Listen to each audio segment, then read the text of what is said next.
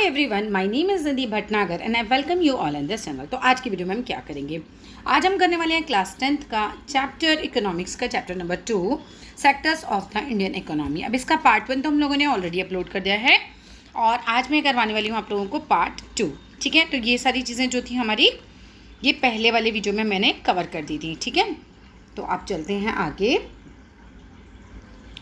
यहाँ से historical changes in sectors, यहाँ से हम इसे देखने वाले हैं।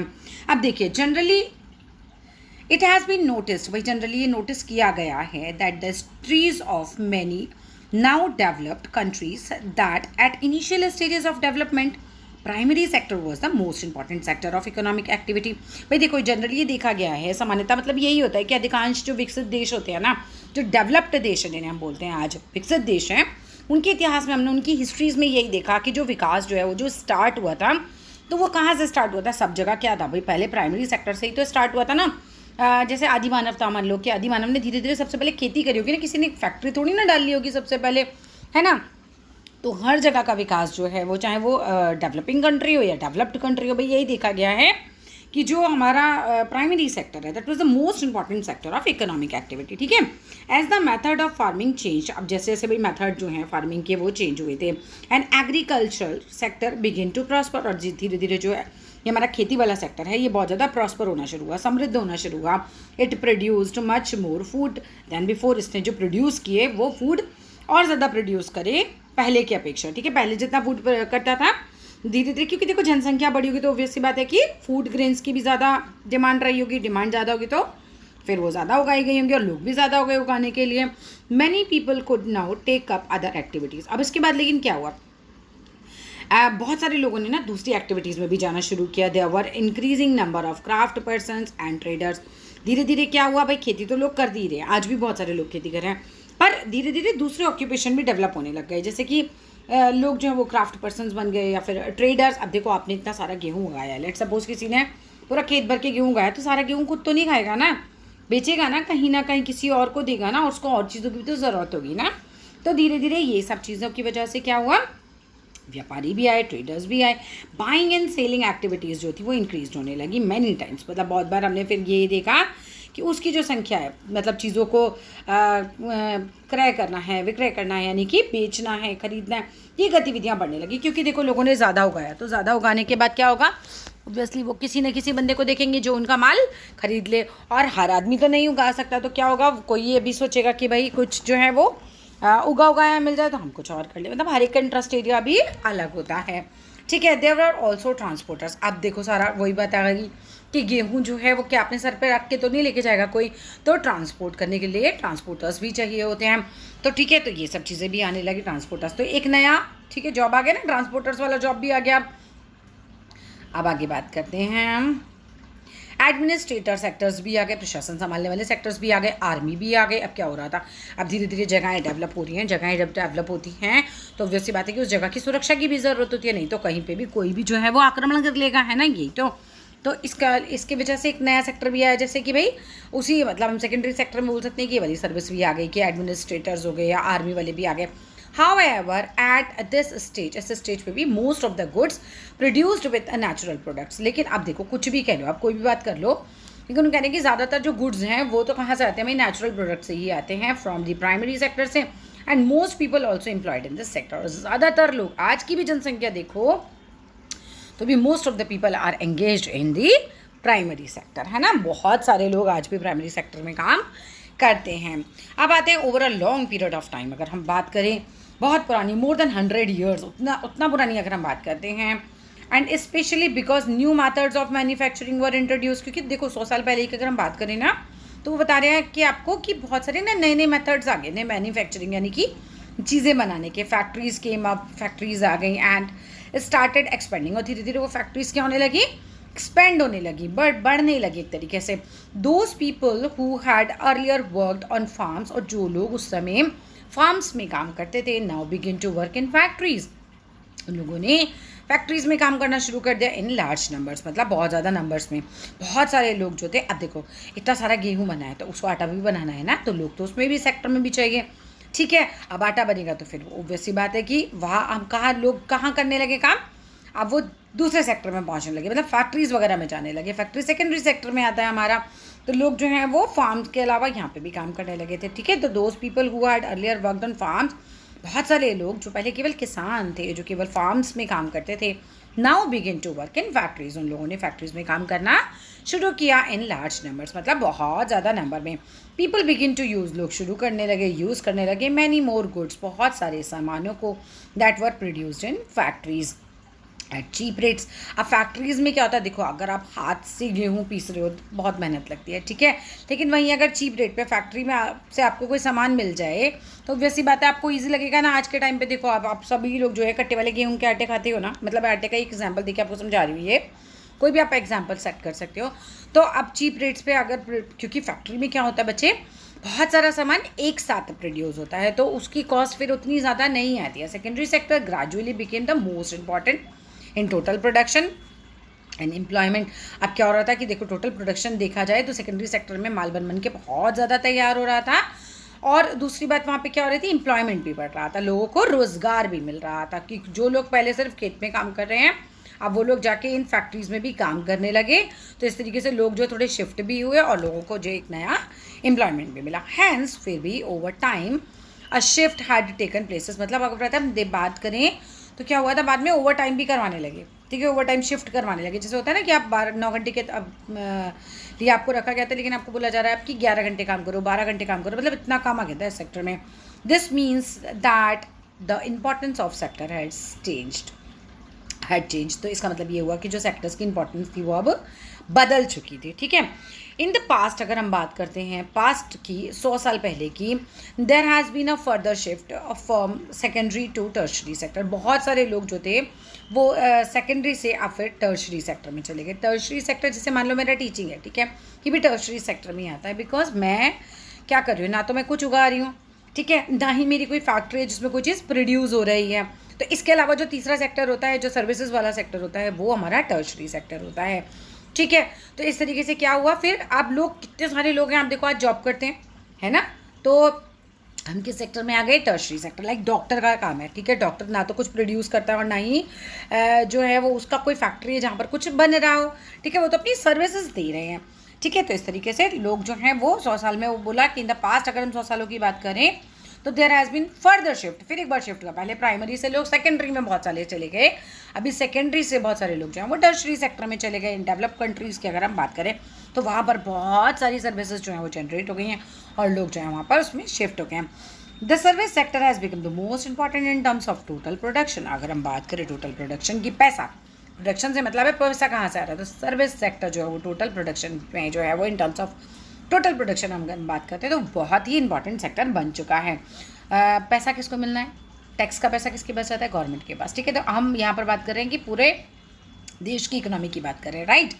Most of the working people are also employed in the service sector. बहुत सारे लोग, मोस्ट ऑफ द मतलब ज़्यादातर लोग, most of the working people जो हैं, ठीक है, आर ऑल्सो एम्प्लॉयड है, ठीक है, वो नौकरी करते हैं कहाँ पर, इन सर्विस सेक्टर में। And this is the general pattern, ये बिल्कुल एकदम जनरल पैटर्न है जो कि ऑब्जर्व किया गया है in the developed countries. Developed countries में ज़्यादातर लोग जो हैं वो किसान ना होकर क्या होते जा रहे हैं, वो सर्विस सेक्टर में होते जा रहे हैं, ठीक है। सेकेंडरी सेक्टर से भी ज़्यादा फैक्ट्रीज़ में, क्योंकि लोग पढ़ लिख गए, फैक्ट्री वाले काम जो हैं वो उससे भी ऊपर उठ गए एक तरीके से कहना चाहिए। तो बहुत सारे लोग जो हैं वो सर्विस, अब देखो आईटी एक नया सेक्टर आ गया, इन्फॉर्मेशन टेक्नोलॉजी वाला सेक्टर, अब कितने सारे लोगों को उसने जॉब दिया है, ठीक है। आईटी की वजह से तो क्या हो रहा है, आज हम इस तरह से कनेक्ट कर पा रहे हैं एक दूसरे से। What is the total production and employment in the 3 sectors in India. अब वो पूछ रहे हैं कि बताओ भाई what is the total production, क्या है टोटल प्रोडक्शन, एंड भारत में कुल कितने क्षेत्रों के कुल उत्पादन और रोजगार कितना है, मतलब, ठीक है, कि अगर हम तीनों सेक्टर्स की बात करें, प्राइमरी सेक्टर हो गया, सेकेंडरी सेक्टर हो गया, टर्शरी सेक्टर हो गया, तो कितना प्रोडक्शन होता है उनसे और कितना एम्प्लॉयमेंट जो है वो भी जनरेट होता है in the 3 sectors of India. Over the years अगर हम बात करते हैं, there has been changes similar to the pattern observed in the developed countries.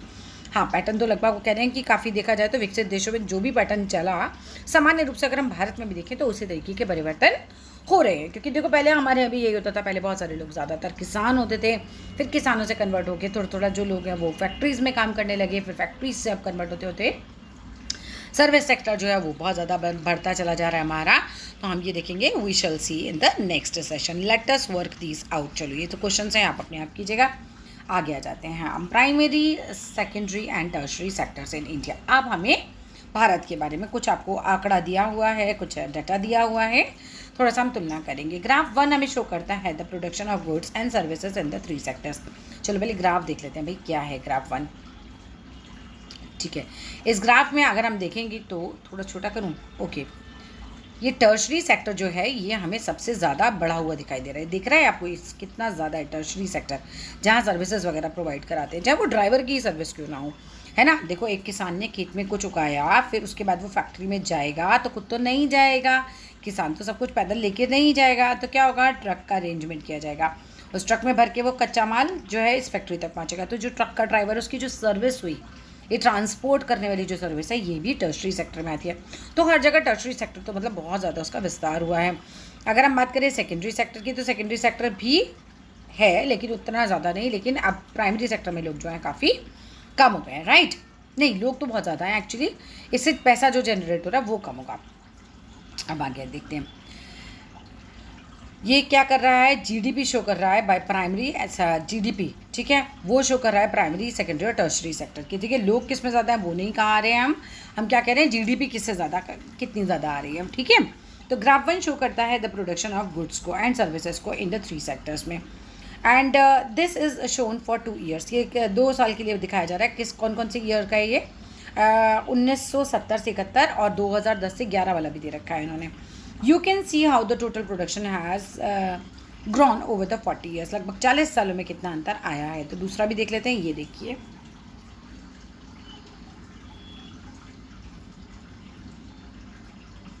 अच्छा यहाँ पर ये दिखा रखा है, देखो पहले क्या था, अब आपको दिखाएं हम यहाँ पर। तो 1970 और 71 में तो देखो सभी कुछ इतना थोड़ा सा ही था, ठीक है। जीडीपी जो थी इससे भी इतनी सी जनरेट होती थी, ठीक है, इतनी सी जनरेट होती थी। लेकिन आज 2010 और 11 की जीडीपी जो है वो बिल्कुल अलग है, कितना ज़्यादा जनरेट हो रही है, ठीक है। तो लेकिन और हर एक सेक्टर बड़ा भी है। मतलब पहले तो आप देखो कि तीनों सेक्टर की मिला के जीडीपी कितनी थी, बस थी कि प्राइमरी सेक्टर की अकेले की आज है, ठीक है ना। तो वो इतना बड़ा अंतर इसमें आ गया है। What does the comparison between 1970, 71 and 2010 and 11 show? क्या शो करता है हमें? What conclusions can be drawn? हम कौन से conclusions निकाल सकते हैं, हम क्या मान सकते हैं कि भाई क्या इसका रिजल्ट आया from the comparison? चलो let us find out। कहते हैं चलो पता करते हैं भाई। Rising importance of the tertiary sector in production. अब धीरे धीरे क्या इंपॉर्टेंस बढ़ती चली गई, राइज होती चली गई टर्शरी सेक्टर की प्रोडक्शन में ओवर द 40 ईयर्स। लगभग अगर हम 40 सालों की बात करें बिटवीन 1970 और 71 and 2010 and 11, why production in all the 3 sector has increase. Production तो बढ़ा है, नो डाउट, सब सेक्टर्स में बढ़ा है। It has increase the most in the tertiary sector, लेकिन सबसे ज़्यादा कहाँ बढ़ा है भाई, टर्शरी सेक्टर में बढ़ा है। एज अ रिजल्ट क्या है, in the year 2010 and 11 the tertiary sector has emerged as the largest producing sector in India। अगर हम बात करें तो tertiary sector जो है सबसे ज़्यादा प्रोड्यूस करने वाला सेक्टर बन गया, रिप्लेस कर दिया उसने प्राइमरी सेक्टर को, right.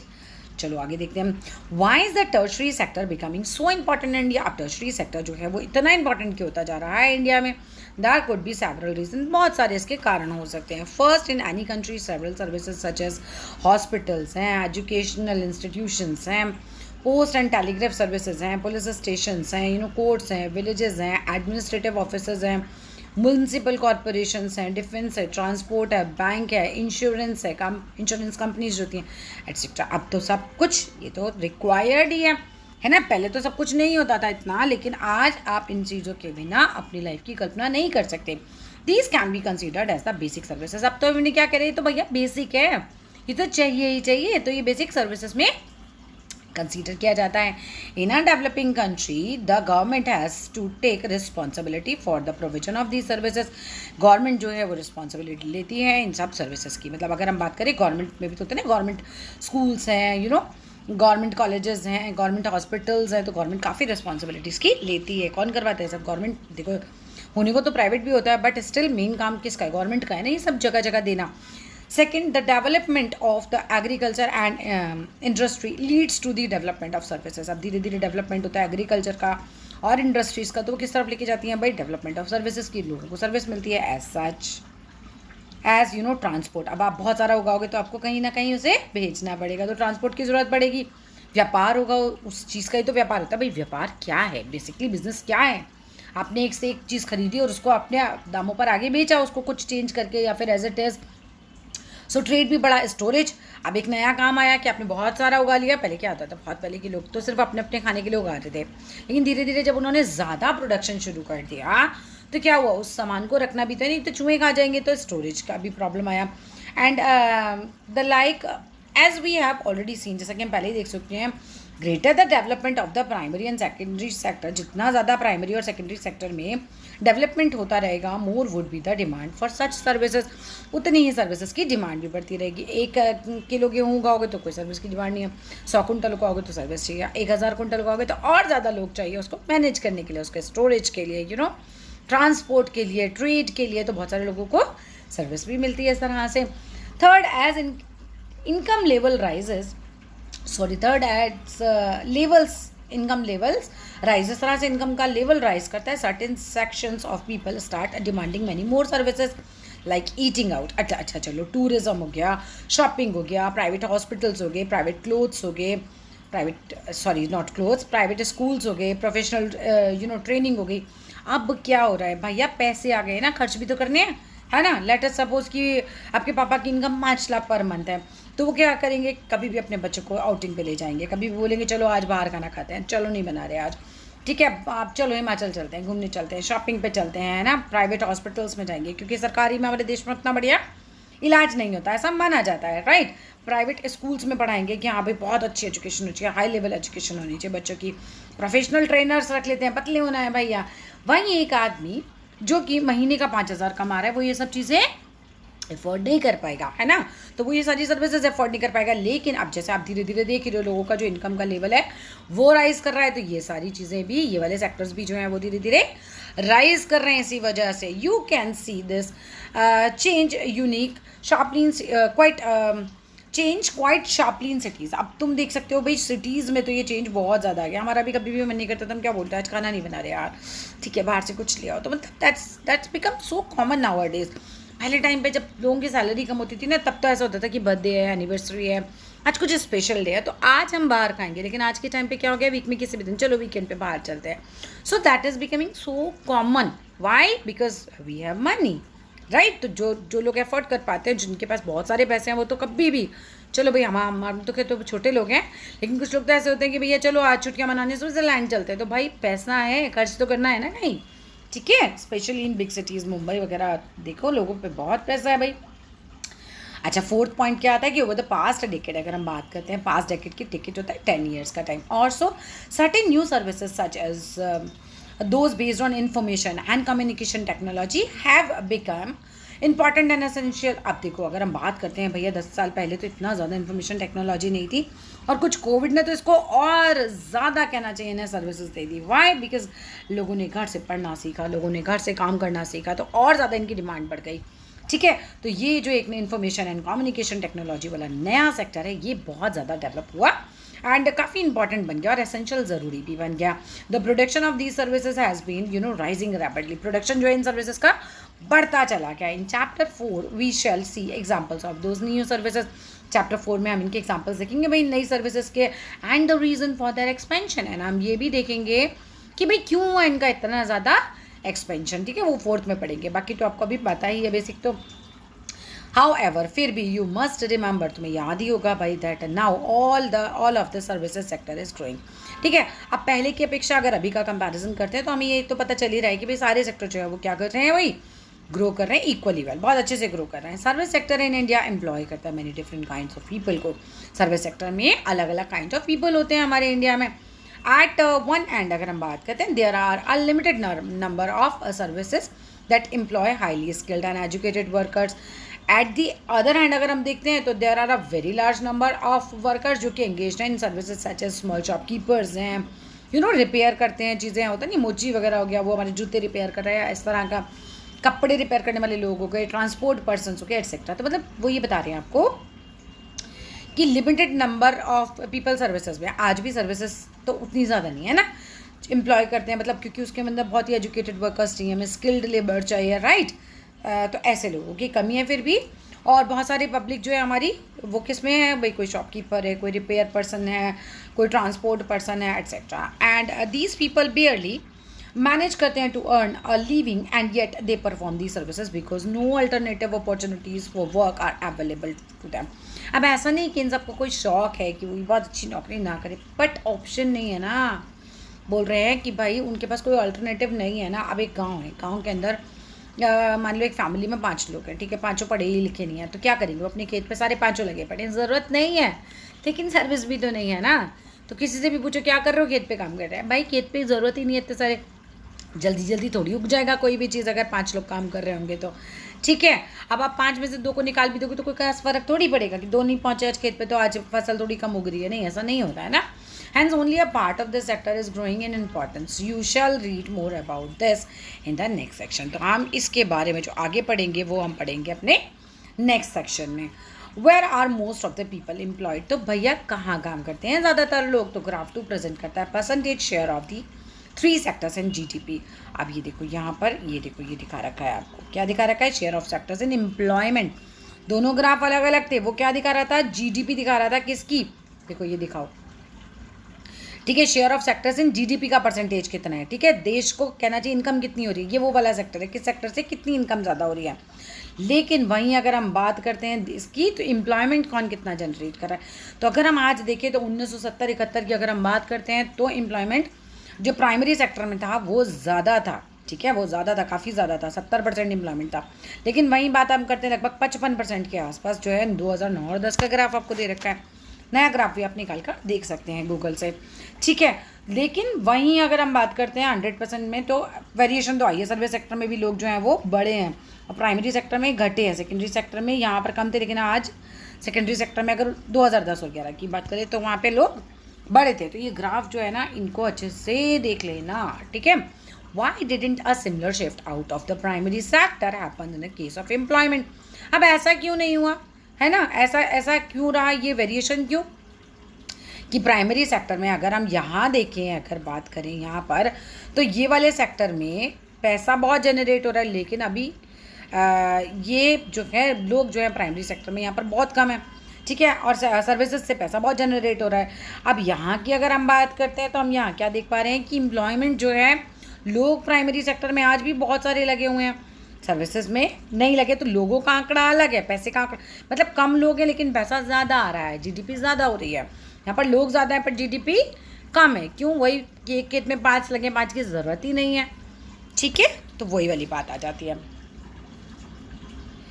Though industrial output or the production of goods went up by more than 9 times during the period, लगभग 9 गुना जो कह रहे हैं इंडस्ट्रियल आउटपुट जो है, प्रोडक्शन ऑफ गुड्स जो है वो बढ़ गया है, went up more than 9 times during the period. Employment in the industry went up by around 3 times, लेकिन एम्प्लॉयमेंट जो है वो केवल 3 गुना ही बढ़ा है। मशीनें बहुत तेज़ी से काम कर लेती हैं और एडवांस मशीनें आती जा रही है, तो पीपल की ज़रूरत उतनी नहीं है। The same applies to the tertiary sector as well, और यही चीज़ जो है वो टर्शरी सेक्टर पर भी अप्लाई होती है।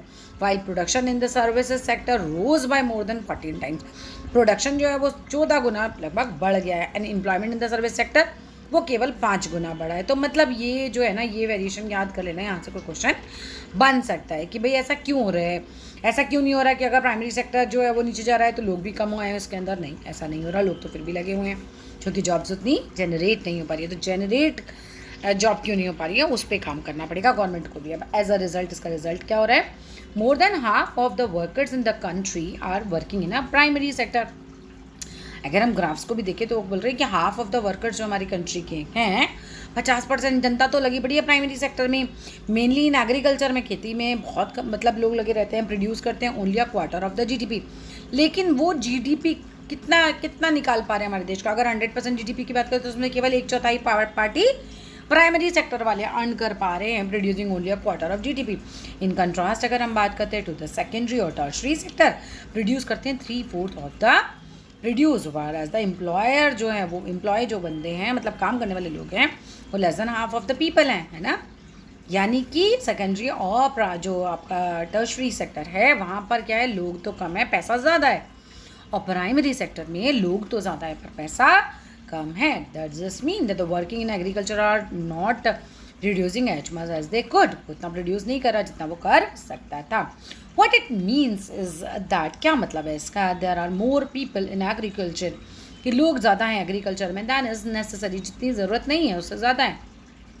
बात फिर वहीं आती है कि एक फैमिली है, उसमें 5 लोग हैं, पाँचों खेत पे जा रहे हैं, ज़रूरत नहीं है फिर भी पाँचों बैठे हुए हैं, 5 में से 2 कहीं और जाके नौकरी कर लें तो पैसा तो बढ़ जाएगा और खेत में कोई फ़र्क भी नहीं पड़ेगा, right. In agriculture than is necessary, so if even if you move a few people, अगर मतलब वही वाला है, इफ़ यू मूव, अगर आप कर देते हो मूव वहाँ से, अ फ्यू पीपल आउट भी, तो production will not be affected, production पे कोई फ़र्क नहीं पड़ेगा। इन अदर वर्ड्स अगर दूसरे शब्दों में बात करें तो workers in agriculture sector are under employed, इसे ही कहते हैं अंडर एम्प्लॉयड। ज़बरदस्ती का वहाँ पे काम करना ज़रूरत नहीं है लेकिन लगे हुए हैं। For instance take the case, अगर आप यहाँ पर ना अगर ऐसे उदाहरण अगर आपको दिखाना हो तो आपको एक केस दिखा रखा है यहाँ पर, सिमिलर फार्मर का, लक्ष्मी का, ओनिंग अबाउट 2 हेक्टर, उसके पास 2 हेक्टर की ज़मीन होगी, ऑफ अनइरीगेटेड है, जो कि अनइरीगेटेड लैंड है, अनइरीगेटेड लैंड है मतलब सिंचाई नहीं हुई है इस पे लैंड पे, एंड लैंड है डिपेंडेंट है ओनली ऑन रेन। भाई अगर वहाँ पे क्या है, मतलब इसकी जो लैंड है ना उस पर पानी के लिए वो किस चीज़ पे डिपेंड करती है, भाई वो पूरा का पूरा बारिश पे डिपेंड करती है कि भैया उसकी फसल का क्या होना है, ठीक है। एक छोटा सा उन्होंने किसान लक्ष्मी का उदाहरण देते हुए बताया कि जिसके पास 2 हेक्टेयर जो है वो ऐसी लैंड है जिस पर भाई सिंचाई नहीं हो रखी है, ठीक है, और सिंचाई कैसे होगी, केवल जो है वो बारिश पर निर्भर करती है। अब क्या हो रहा है, only on rain the growing crops कौन कौन सी हैं, ज्वार की फसल वो उगाती है उस पर, और अरहर की, and all 5 members of our family work करते हैं, सबके सब उसी प्लॉट पे आ जाते हैं थ्रू आउट, सुबह सुबह नहाया धोया और आगे प्लॉट पर अपने थ्रू आउट द ईयर, पूरे साल वो वहीं रहते हैं। क्यों भाई, why they have nowhere else to go for work, उनके पास कोई जगह ही नहीं है, कहाँ जाए भैया काम करने के लिए। यू विल सी, आप देखोगे that every one is working, सब लोग काम कर रहे हैं, नन रिमीन्स आइडल, कोई खाली नहीं दिखाई देगा, लेकिन बस ऐसे ही लगे हुए हैं। बट इन एक्चुअल फैक्ट अगर हम बात देखें तो their labour effort gets divided, उनका लेबर एफर्ट जो है वो डिवाइड हो रहा है बस खाली, ठीक है, कुछ एक्स्ट्रा अर्न नहीं कर रहे हैं। Each one is doing some work, हर एक आदमी कुछ कुछ काम कर रहा है, but no one is fully employed. लेकिन हम ये बोलें कि कोई भी फुल्ली एम्प्लॉयड है, नो नॉट एट ऑल। ये 5 लोग, 1 2 3 4 5, पाँचों काम कर रहे हैं, लेकिन 5 में से 2 को आज मैंने खेत से बाहर किया तो ये तीनों भी वो काम करेंगे तो काम हो जाएगा, right. Each one is doing some work but no one is fully employed. This is the situation of the under employment, यही सिचुएशन अंडर एम्प्लॉयमेंट पे यही सिचुएशन होती है, जहाँ बंदों की ज़रूरत नहीं है वहाँ पे भी लगे पड़े हुए हैं, ठीक है, और कोई उससे प्रोडक्शन भी हमें एक्स्ट्रा नहीं मिल पा रहा है। Where people are apparently working but all of them are made to work less than their potential, ठीक है, सभी लोग जितनी उनकी पोटेंशियल है, जितना वो ज़्यादा काम कर सकते हैं नहीं कर रहे हैं, क्यों, क्योंकि बाकी कर तो रहे हैं ना दूसरा वाला। तो this kind of underemployment is hidden in contrast to someone who does not have a job, क्योंकि जॉब नहीं है इसी तरीके से वो अंडर एम्प्लॉयमेंट इसीलिए तो लगे हुए हैं सब लोग, ठीक है, एंड क्लियरली विजिबल हो रहा है ये हमें एज अ अनएम्प्लॉयड लोग हैं एक तरीके से ये। Hence it is also called disguise unemployment, छिपा हुआ है, लोगों को पता नहीं चल रहा, क्योंकि बाकी तो सुबह उठ के तो सारे काम पे जा रहे हैं ना, हैं तो अनएम्प्लॉयड, लेकिन सुबह उठ के क्या हो रहा है, सभी लोग बोल रहे हैं हम काम पे जा रहे हैं। तो अभी यहाँ पर हम लोग जो है इस वीडियो को रोकते हैं, यहाँ तक करेंगे हम इस वीडियो में, फिर नेक्स्ट वीडियो में इस चैप्टर को आगे कंटिन्यू करेंगे। वीडियो अच्छा लगे तो लाइक कीजिएगा, शेयर कीजिएगा, चैनल को सब्सक्राइब कीजिएगा। Bye bye.